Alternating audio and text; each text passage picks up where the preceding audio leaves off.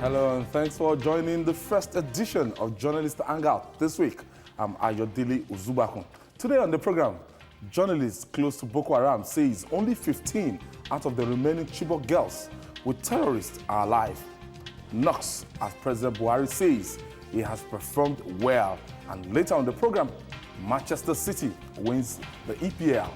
I'll be hanging out with Babajide Kolade Otitoju and Mayor Akikpelu. So if you're ready, let the hangout start now.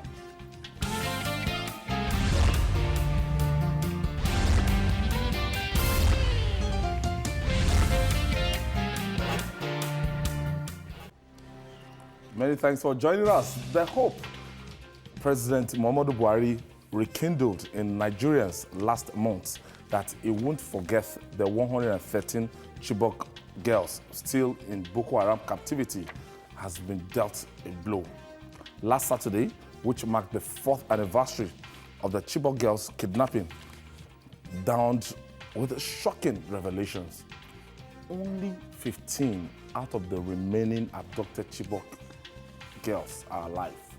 That statement came from a journalist, Ahmed Saldeka, who has a strong ties with the terrorists. Sakidas further alleged that the federal government bungled many chances it had at bringing back the girls. In a swift response, the defense headquarters and the presidency faulted Sakida's claim.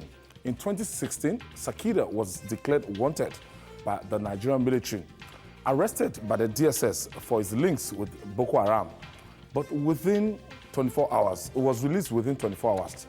Should we be worried about this revelation? Babajide, how credible is intelligence coming from these journalists? We know he has close ties with this group, and at the point in time, he came from Dubai to answer the military that declared him wanted. Should we be worried with this figure he has given, that we just have out of 113, 15 of those girls, just 15 alive, and what happened to them? Well, we should be genuinely worried. I am genuinely worried because I've followed Malkida for some time. I'm not aware of any lie that he ever told. I'm not aware. I read him, especially when talking about Boko Haram, I read him voraciously. Honestly, he tells the truth.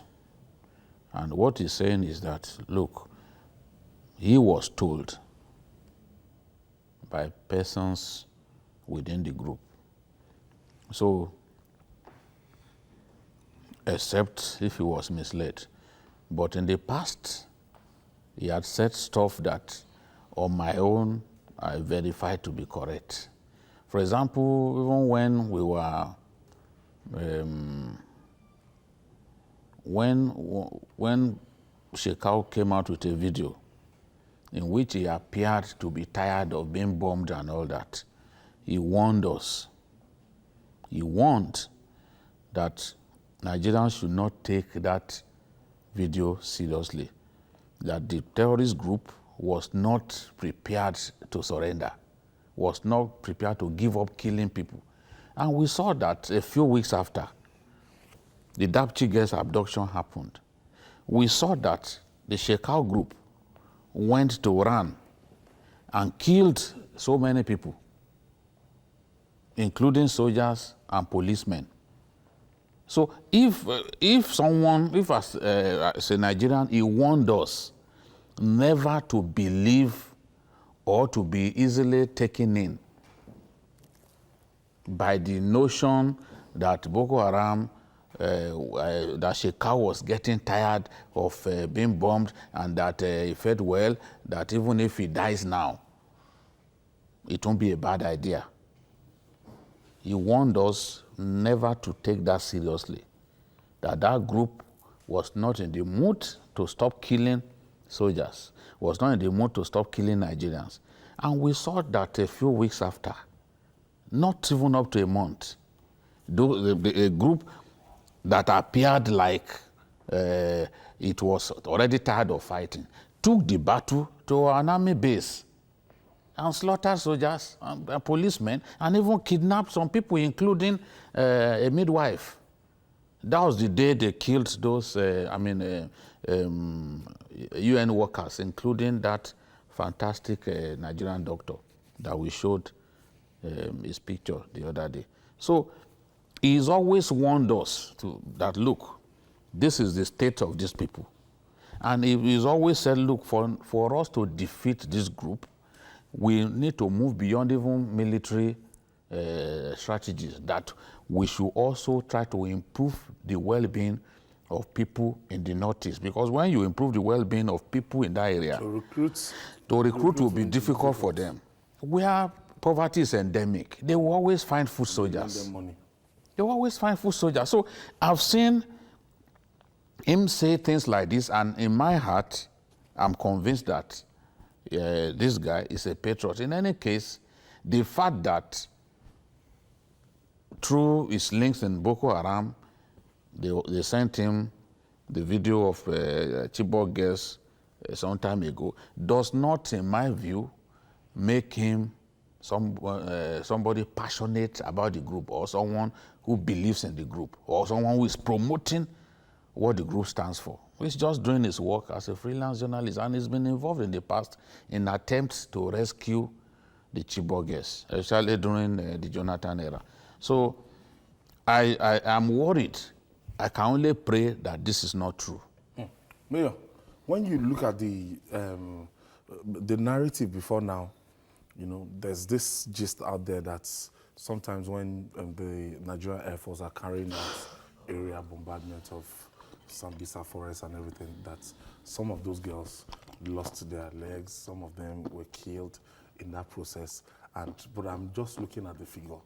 If they're saying out of 113 now, if they're saying 25, 30, might have died due to illness or anything around the forest and everything. But if you're telling me we just have 15 left. You know why I'm worried? I'm worried because it is likely that the information might be true. Why did I say so? Because in 4 years, since we've started negotiating and paying ransom, it is not in the interest of those keeping those girls to keep holding on to them for 4 years. It is better for them to collect ransom, since they've been collecting ransom on other people. That is one. Two, all over the world, there are some journalists. A journalist is as good as his source. So there are some journalists that will have some sources that are very unusual. Replaced. You can be, that guy has contacts. If you have contacts within those who decide things in Boko Haram, they will reach out to you. That is why Mama Boko Haram, she's a normal lady lawyer living in the Northeast, but they reach out to her. When they kidnapped the Dapchi girls and nobody claimed responsibility, she told us how they've gotten in touch with me and said, these girls are with us. Because these Boko Haram people, they will have some people that they trust, or that they know. Maybe they've known them for a while. So if I'm a journalist, for example, you understand, and there is a coup, and maybe I've known maybe a Colin or a member of the people that planned the coup, you understand, and they're on the run. Because they've known me, because they've had contacts with me, because they trust me, they will get in touch with me. So I'll be able to have access to such information. So when somebody like that tells us anything, what I expect the Nigerian state is to work closely with him. That guy has proven over time that he has contacts within Boko Haram. Then we should try to reach out to him and use him. So it's very sad because it goes without saying that something must have happened to a lot of those girls. Because 4 years is a long time to keep 113 girls, especially when you have given us, when you've collected ransom and released some. And don't forget that some of those that were released were the ones that told us that some of the girls died, some of them are made. Because when you keep people, there will be collateral damage. If the Air Force will keep bombing so a particular area, there's no way they can identify where our girls are or where the police soldiers are. When it's in theater or what, there will be collateral damage, and it's unfortunate. It's possible. We're not saying it's true, but it's possible that they could have been involved in so-called collateral damage. Jide, is this not an indication that if the federal government, you know, if the Muhammadu Buhari-led administration, if they had their way, as they got the first batch of those girls, they would have gotten, you know, they would have negotiated to get these girls. So something is not adding up somewhere. Do you understand? If it's to pay, we can't really easily verify that they are paid, but if it's to negotiate with whatever they want to use to negotiate, if it's that this government will make money available or whatever available so that they can get, you know, just as they did to the Dapchi girls. You know why? You see, we know that the problem of the factionalization of the group is at the root of the inability to secure the release of everybody, because both factions have girls in their custody. Now, if you recall that I said some time ago that the first time that we actually made moves to get some of these girls released was during in October 2015, between Dikwa and Mafa in Borno State. But a rival faction came and said, look, if you carry out this exchange, we are going to slaughter all the Chibok girls in our hands. And naturally, the effort stopped. Right now, why I'm worried is because after the release of the Dapchi girls, if the Mama Nur faction still had those Chibok girls, they should have said, okay, we are ready to release these Chibok girls, even if they are going to say, okay, the negotiation will be separate, or that you have to, the conditions will be more stringent. I don't want to talk about money now, but I know money is changing and it's inevitable. Now, the exchange of prisoners is also something that has to happen, because they've always asked that, okay, in exchange for our guests, for the guests in our custody, give us some of our men that you are detaining. Even Shekau said it in one of his videos, bring back our army. You know? in his one of his smarter in English. Now, I would expect that if the Mama Nur faction still had guests,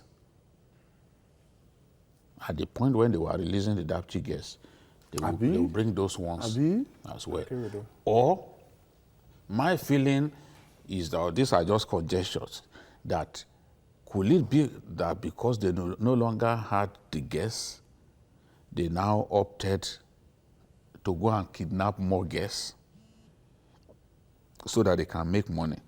It's a very fluid situation. And can they continue to hold them for like 4 years? No, the thing is they are finding it difficult to feed them. And do you understand? Yes, and the bombardment, the constant bombardment are making life difficult for them. Even the fighters are constantly on the run. So, and it's difficult to move that number of guests constantly, because every time they are bombed. One thing is certain, even the guests who are released have admitted that some of their mates are dead. From bombing, from snake bites, and all, they've admitted it. Yeah. We know that some of them are dead. But when thinking that this number is dead is 113 to 15? But this number, and we know that some are not coming back.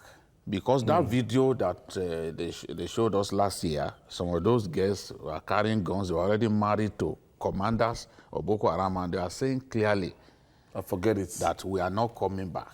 And we've seen cases of even those who were freed from Boko Haram captivity, who went back into the forest. So they are missing their... Yes, to reunite with their husbands, their Stockholm syndrome. You know, so that is a fact. But I think that what the government can do now is to expedite action.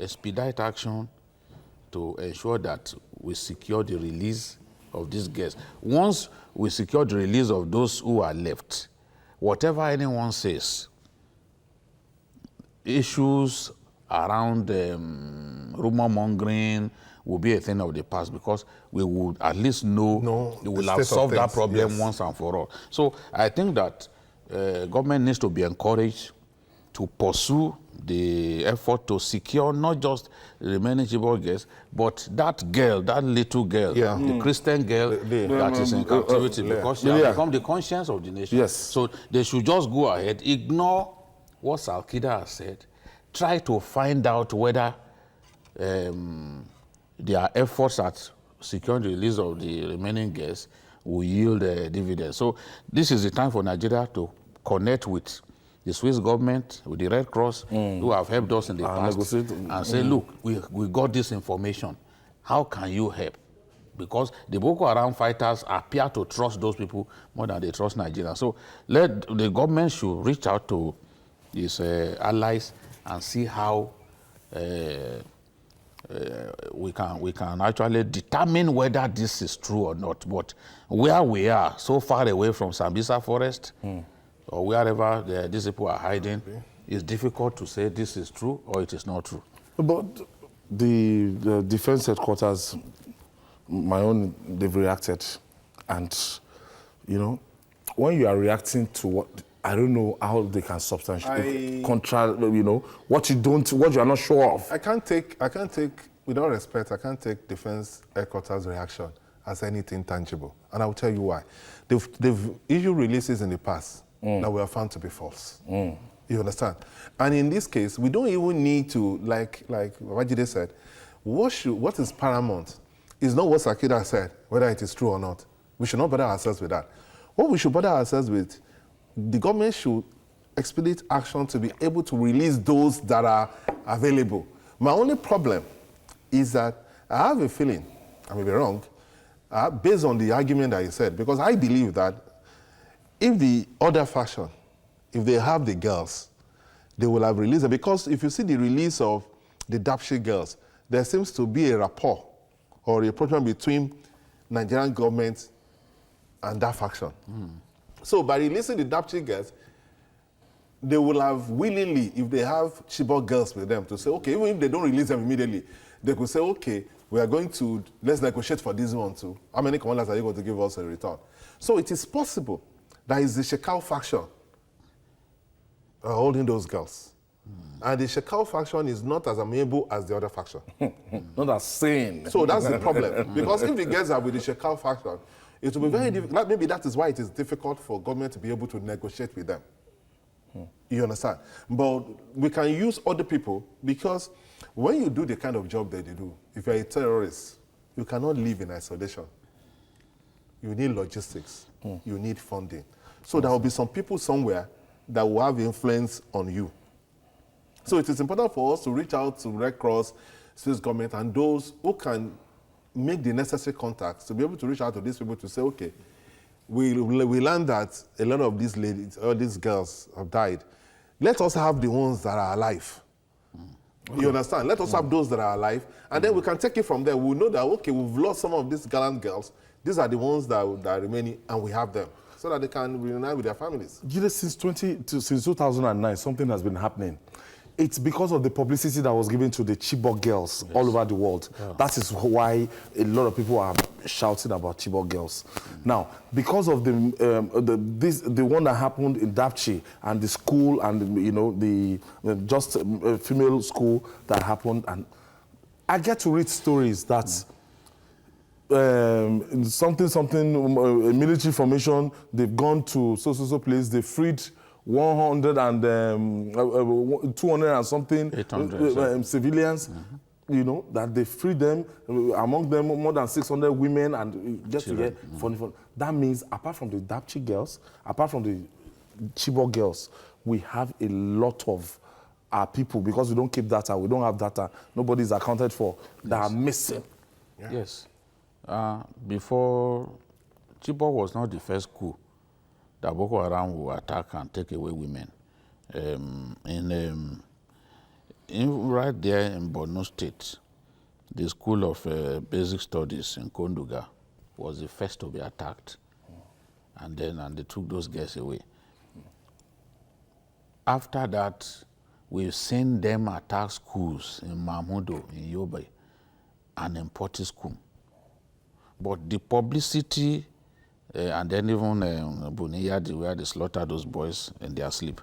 But the publicity that the Chibok Girls got is what made their case to resonate so much in the hearts of people across the world. As we speak, Boko Haram, anytime they attack a community, they must take away women. Remember even the attack on Ran. They took away that midwife, and other people. The Boko Haram continues to attack Madagali in Adamawa State, and they've been taking away women in that Madagali. So there are so many of our women in captivity. Remember even the case of the emir. Yeah, Babajide, let me quickly take. I think Bama was in their hands. I think my first caller, Adegboyega, is calling us from Lagos State. Thank you for joining us. Good evening. Good evening. Yeah, you're well done. Yes, go ahead with your contribution. I called this program was it some months back. I told you guys that let us watch out for a lot of dramas in this country. One, we can't compare the abduction of the Chibok girls with that of the other girls, the Dachi girls. They are two different things. We've not done any comparison today. We've not done any comparison today. I'm just saying, one is real, one is not real. And the one that is real is the Chibok girl. Let me now tell you this. The Chibok girl issue, the Boko Haram guys are only using those girls as a shield. That's the only shield and protection they have in the forest. If not, these Air Force guys would have marooned those guys. No. They take those girls and let me now say this. Our government should be much careful and be security conscious because those guys are ready to kidnap more girls for shield again. Because the quantity of ladies they have with them now is very small for them to be shield and covered. That is just the truth. Thank you, Adegboyega. I picked something from what Adegboyega said. He said, one is real, one is not real. Oh, that's crap. Yeah, Nigerians. The truth He said the Chibok girls, the abduction. Let's not bother ourselves about what he said. Yes. When he says that they are using them as human shield, they are not using them as human shield. When the Air Force bombs, the reconnaissance aircraft is thousands and thousands of feet ahead. At that range, there is no way by which it can identify individuals in the target zone. So all they do, where they see movement, where they see movement or vehicles or people converging, they don't want to know who is converging. Remember on Salah Day, they saw a big crowd of Boko Haram terrorists. They knew that they were probably praying. Because in the past, they would pray and then shoot, get a cameraman to record them slaughtering ram or even cow, and then push out that propaganda. At high altitude, the Air Force has no way of knowing who are amongst those people. They just bomb. So they forget about whether they are using them as human shield. Shekau is running from pillar to post. If he hears that the battle has been taken close to where he is, he will relocate. There are many places where he can hide. He can hide on the Mandara Mountains. The other side is Cameroon. And everyone knows that northern Cameroon, Boko Haram has cells. Those places are even less secure than some parts of Nigeria. You can go into Chad. Even in some parts of N'Djamena, they have cells. You can go into Niger Republic. In fact, Niger Republic recently offered amnesty to Boko Haram fighters. So these are the issues. It's not, they don't stay in one place. That's why it's difficult for the army and the Air Force to pin them down. They don't stay in one place. So there's nothing like human shield. You can't use, when they do, they many times, go and watch, they always send videos of bombings to us. And you see the images very small. I've been with them. Yes. I've been with the Air Force on a mission to Sambisa. And I was looking down. At that height, you can't recognize anybody. I brought back videos. You can't recognize those people that were in the videos that I brought back from Sambisa. So they just bomb. If they see a vehicle, they don't want to know who is inside it. They know that it's a legitimate target. They send their missile to it. Or drones. The drones that we use to take out the enemy, those drones cannot identify whether there are Chibok girls anywhere. So that's why it is true that some of them have been killed in bombing raids, because even their own colleagues have come among those rescued. I've said some of them are dead. And you saw one of them on crutches. It's either she stepped on a landmine, or maybe she was it was a bomb. You know, so there's nothing like a human shield at all. After this break, PDP knocks President Buhari for saying he has performed well. It's still Journalist Hangout. Stay with us. We'll be right back.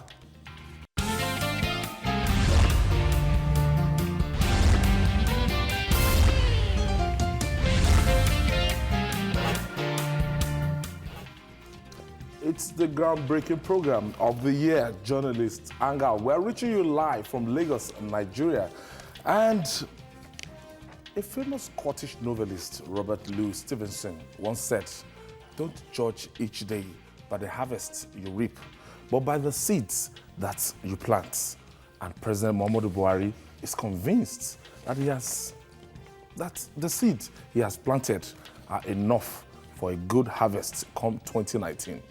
He says his government is working hard at repairing the massive damage done to the economy in the years of the plunder by the past governments. Buhari also blamed past leaders for failure of leadership, as well as untapped human and natural resources that has kept many Nigerians poor. But his comment received knocks from the People's Democratic Party and some pressure groups.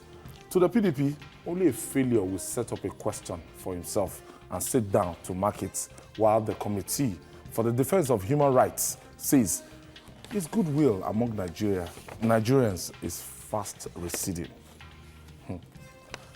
Gentlemen, let me start from you here. Do I agree? I don't want to actually ask you because I have a fair idea of your position. What is the fair position? President Buhari is out of town. Yes. And as usual, the last time President Buhari spoke with us was just once for his media chats. It's either we hear from Femi Adesina or Garba Shehu.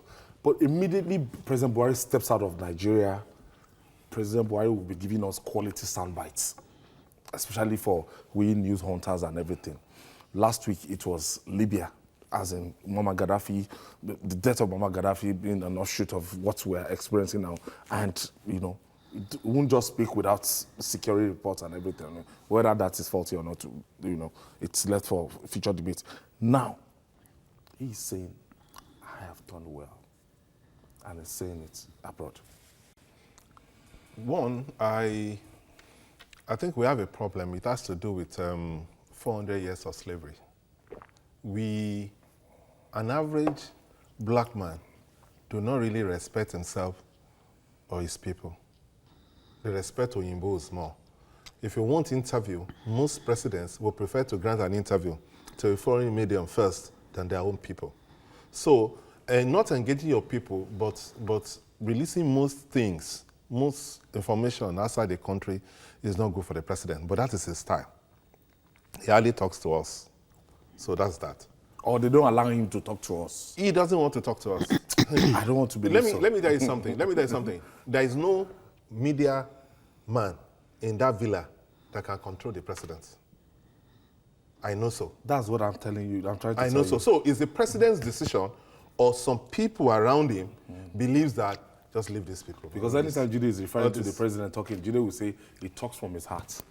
And that might not be politically correct ahead of 2019 election. There's nothing wrong talking from your heart. Trump does that too.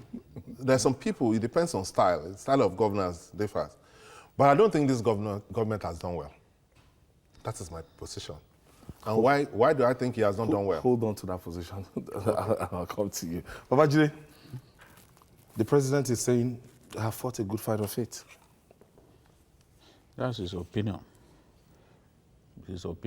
And I don't think that if you are the president, you will come out openly and say, I, Zubaku, president of Nigeria, I have failed. No. I've not seen a president who would do that.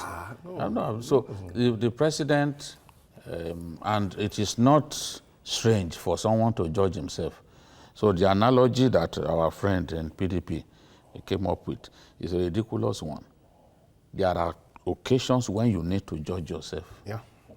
You know? Especially in the police subjective. Yes, no, subjective. If people ask you a straightforward question, do you think you have done well?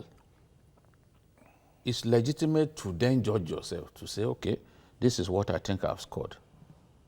So you cannot say that, make it look like it's strange or unheard of for someone to judge himself.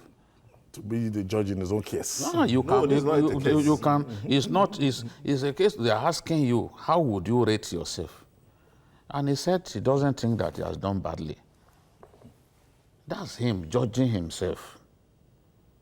He doesn't think he has done badly, but it is the judgment of the Nigerian people. It is the assessment of the Nigerian people that is paramount. The president can award himself 99%. It's within his right to do that.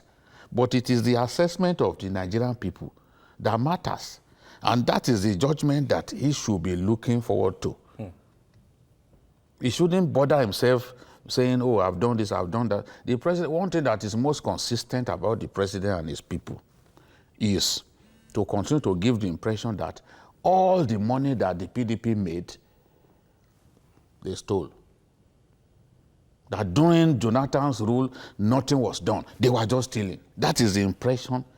Of course, in an election year, it's legitimate. They want to continue to demarcate the PDP.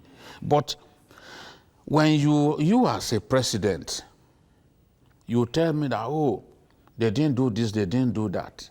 And it is their projects that you've continued, you are finishing their projects. You go to Kaduna, you go to Abuja, there's a light rail project that the PDP administration began, that this government has almost completed. Even the government is thumping its chest about the Second Niger Bridge project. That Second Niger big project was also a project initiated by the Goodluck Jonathan administration and funded in part with money kept in the sovereign wealth fund.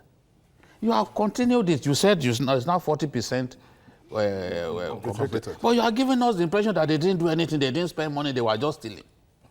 You have the Lagos-Ibadan Expressway that they were supposed to finish in 24 months, but it came too soon because Jonathan was voted out of power.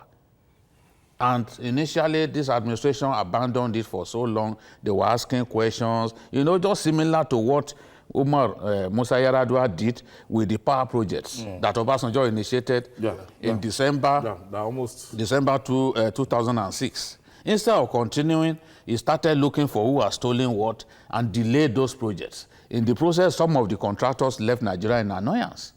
But people like Bukola Saraki in Kwara, he stopped those contractors from leaving, and he completed the power project in Gomo. They call Gomo checking point because it's at the entry point to Ilorin.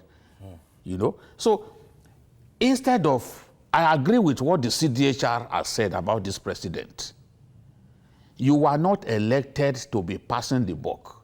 Correct. It has become second nature for the president to be saying, oh, PDP this, PDP that, PDP this, PDP that. They didn't do that. Face your own job. You've been elected. Face the duty of giving good governance to Nigerians at this time. You will be judged by what is on ground, not what the PDP left behind. Correct. Because you look at, Nigerians are being killed every day. We've not found a solution to it. Everywhere we go, we say, oh, oil was 140-something, if they had managed the thing well. Other people are judging even you now that you are in power. They are judging you, and when you leave the scene, even if you do your 2 terms, when you leave the scene, you can't stop people from judging you. They will judge you. All you can do now as my president is stop the killings. Nothing has demarcated President Buhari more than the killings in the North Central. Correct. And he ought to know that.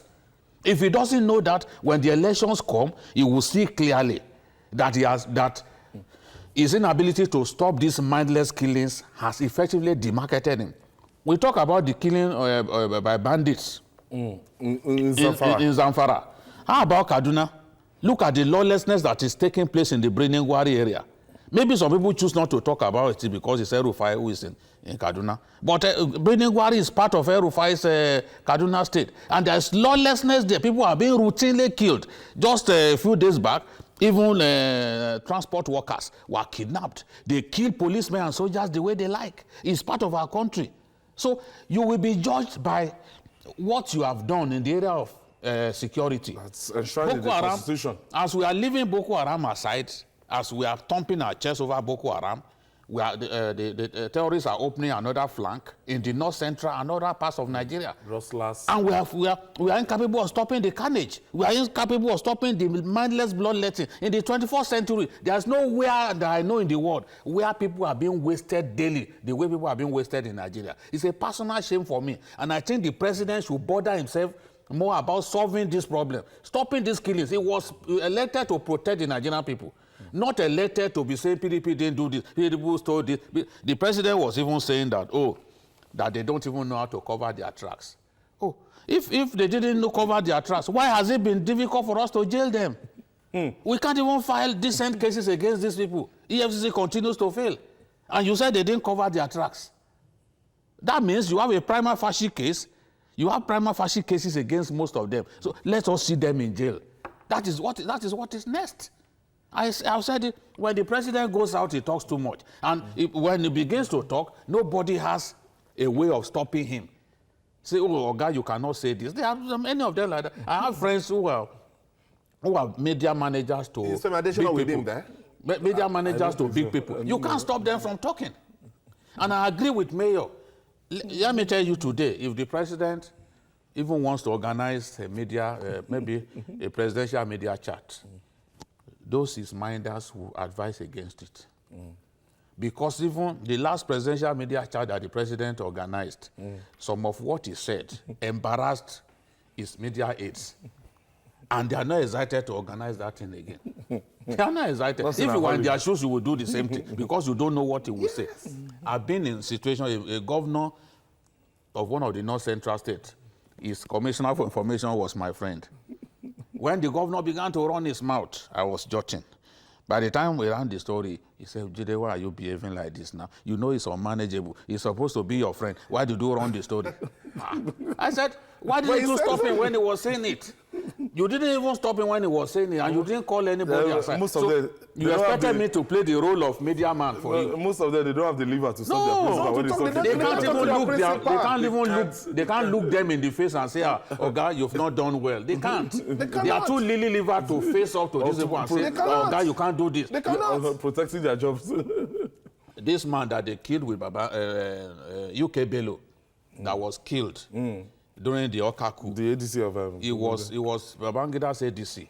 He used to determine who saw Babangida and who did not see him. People like Professor Mabo Gunje, who were very close to Babangida respected. He would say, no, today you can't see him. And the then military president would say, why? He would say, you are my president, but I'm the president of your security. I determine that. Yes, I determine who you see. So the man will just hands off. But not many people can walk up to their governor or the president and say, Mr. President, don't talk about that, though. Sometimes you have strategy session about what you want to say or what your principal should say. The principal, once they put microphone in his mouth, he will go beyond beyond the strategy and say something else. And then you will start damage control. You start running around for damage control. Finally, on this one, so that's what I would just say. Because, like you said, the security is a major plot. It will be an election issue. Yes, in this president's achievements. We elected him. One of the three cardinal things that he was elected was security. Security situation has worsened in Nigeria. We have to tell ourselves the truth. Average Nigerians are just being kidnapped and they pay ransom every time. Ooh. So when you look at the economy, I've not seen the improvement in the economy. They've been telling us how they'll be able to come out. Let me quickly take Hilda. Hilda is calling us from Delta State. Thank you for joining us. Hello? Yes, go ahead with your contribution, please. Turn down the volume of your TV set and go ahead with your contribution. Yeah, good evening, sir. Yes, good evening. Yeah, good evening, sir. Please go ahead. Yeah, Baba Jide, good evening, sir. I greet you. Yes, I salute you. My contribution is we yes, sir. Timka, you just learn to stop listening to yourself. Maybe you're finishing your point. So we look at that security. When you look at the economy, I have not seen the improvement in that economy. Yes, I know that they came when there were a lot of challenges. But like you said, he was elected president because of those challenges.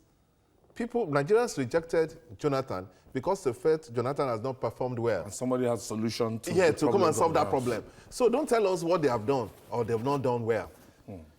Turn around the economy, let it impact in the lives of Nigerians. I have not seen that. When you look at corruption, that's the third plank of how they came in. They said they have prima facie cases against people. I have not seen anybody that have been convicted. What you just have is media trial. That's what you have. So, yes, the government is doing its best, but as far as I am concerned, the best is not good enough. But, Jude, is it a case of, the government, because if I go to, I attended the colloquium of Asiwaju Bola Tinubu, and up to 2 hours was spent in highlighting the achievements of this administration.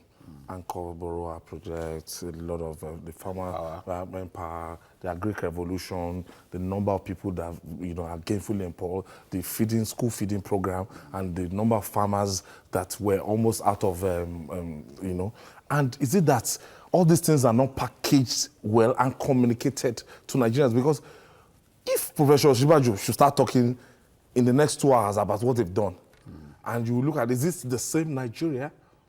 So if Buhari is saying, I have done well, with what they've done, is it that the impact has not trickled down? You are just answering the question by yourself. So Professor Shibaju can talk from now till eternity. The professor of law. About what they have done. He's a master talker. An He's advocate. A former Lagos State debating champion. Yes, advocate. He's someone who can debate against 10 people and defeat them.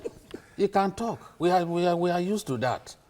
But how has those achievements that they talked about impacted the ordinary man? See, we can speak English from now and quote economic theories until Jesus Christ's second coming.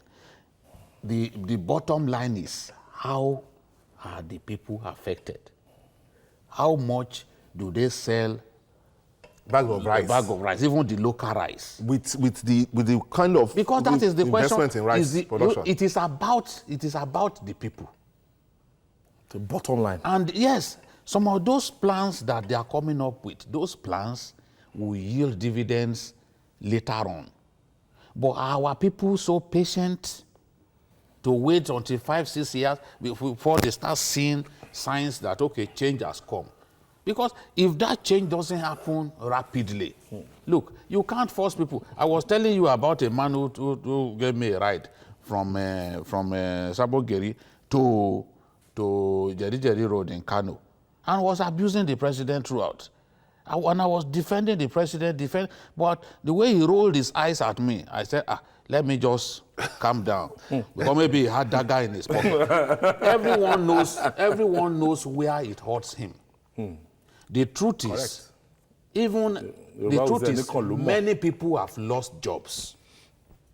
Even the MBS has come out with that.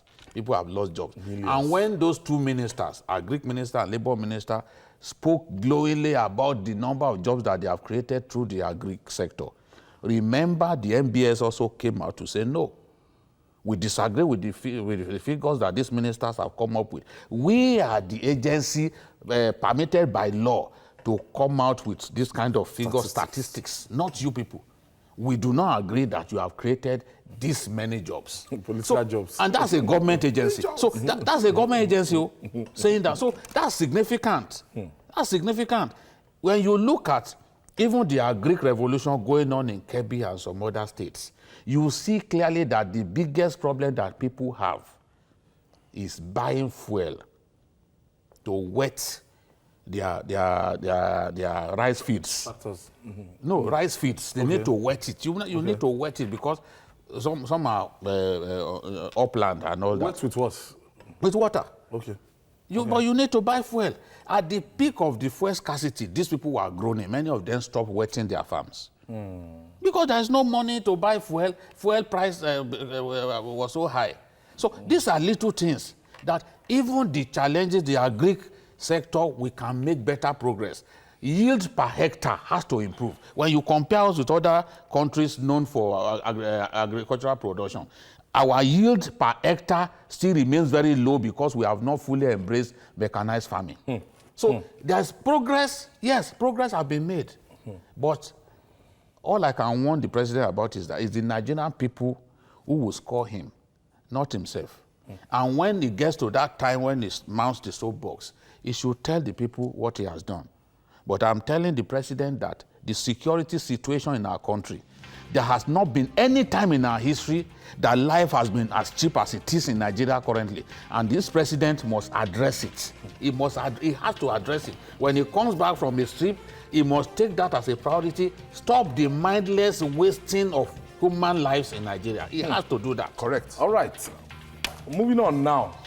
Just when it looked like the possibility of dramatic upturn was about to become a reality, Manchester City were crowned champions of the English Premier League.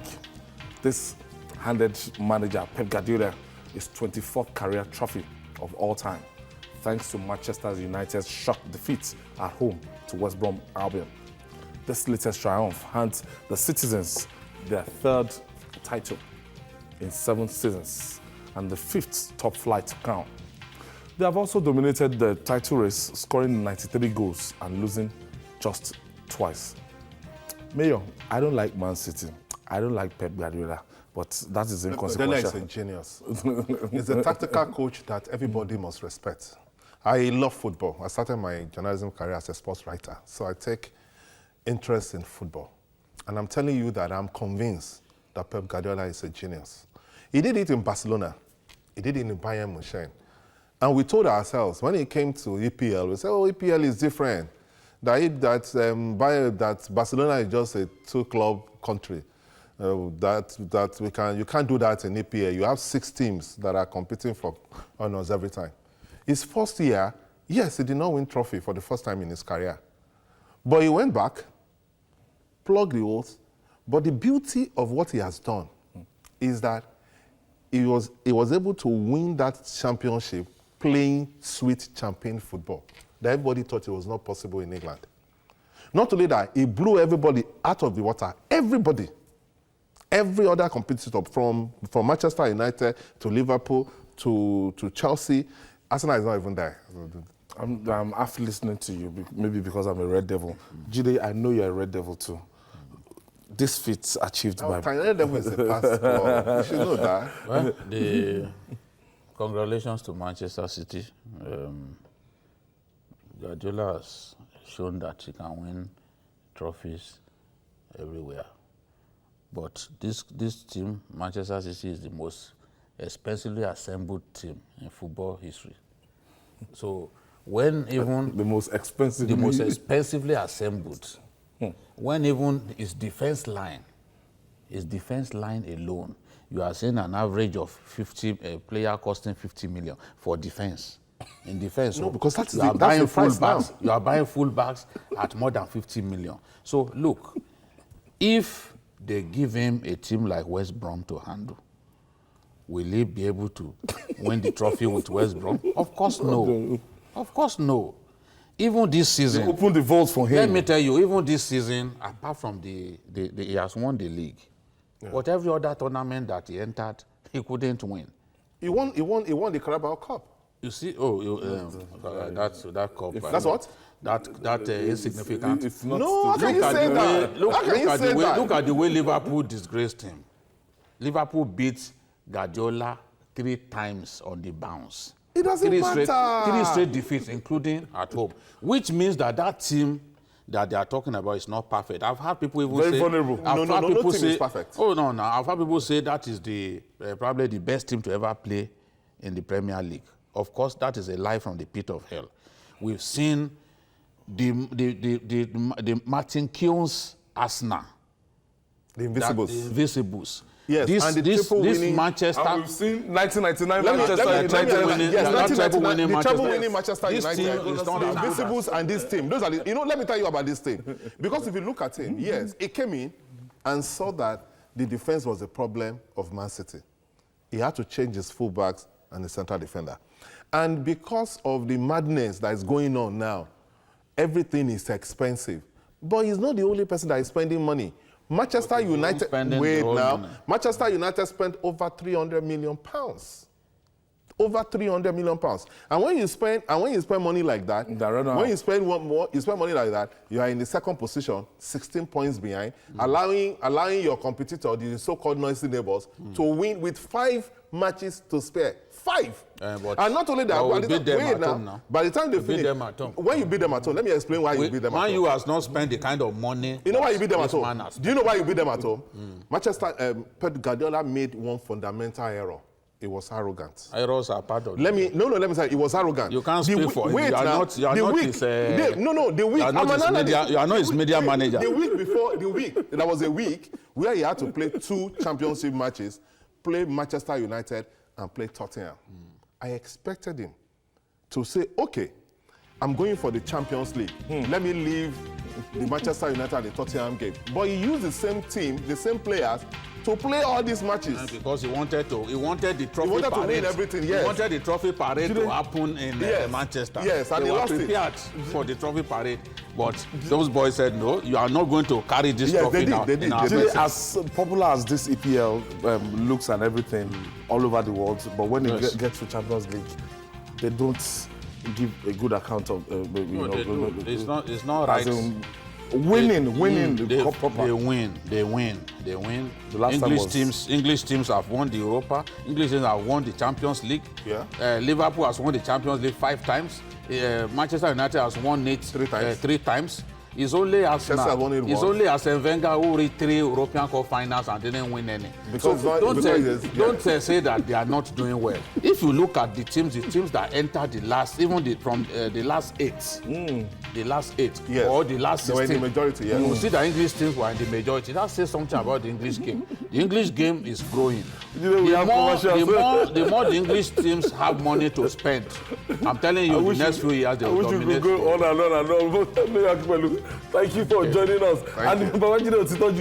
You want to look at that. These guys, when it comes to politics, they are there. When it comes to economy, they are there. Look at sports now. Blowing, Mayor and Jide, turning this set into a kind of fireworks set. I mean, big issue set. Chelsea's record scoring the highest goals in a season. This team has already overtaken 93 goals so far. With their 93 goals. Okay. And then David De Gea is still ahead of Ederson in terms of clean sheets. He's ahead of him by 2 matches. Yes. I mean, 2 matches. So for those Manchester United will still be able to take something out of this. From betting on Premiership, maybe you have to consult Judy and Mayor Akikwelu to give you predictions. And that's all on Journalist Hangout. Join us tomorrow for another interesting episode of the program. You can watch the repeat broadcast tonight at 11. You can also watch Journalist Hangout on all our platforms showing on the screen. Catch us up on YouTube, that's youtube.com/TBC News Nigeria. Our feedback channel is Journalist Hangouts at tbcnews.tv. I am Ayodele Ozubakun. God bless Nigeria. Arios Samingo.